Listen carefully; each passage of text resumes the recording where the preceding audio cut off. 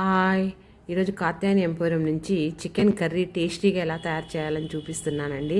చాలా సింపుల్గా chicken first శుభ్రంగా కడిగి లెమన్తో కూడా కడిగి చక్కగా మ్యాగ్నేట్ చేసి పెట్టుకోండి. కరుడు, ధనియాల పొడి, జీలకర్ర పొడి, ఉప్పు, కారం, పసుపు, అల్లం పేస్టు, గరం మసాలా, మిరియాల పొడి ఇవి ఖచ్చితంగా వేయండి. తర్వాత ఆయిల్ వేసుకొని కొంచెం ఫ్రై కాబట్టి కొంచెం ఆయిల్ ఎక్కువ పడుతుందండి. ఒక 2 ఆనియన్స్ చిన్నగా కట్ చేసి పచ్చిమిర్చి, కరివేపాకు, ఆనియన్స్ కొంచెం ఫ్రై అవ్వాలండి. ఫ్రై అయిన తర్వాత మనం మ్యాగ్నేట్ చేసుకున్న చికెన్ అందులో వేసేయాలా.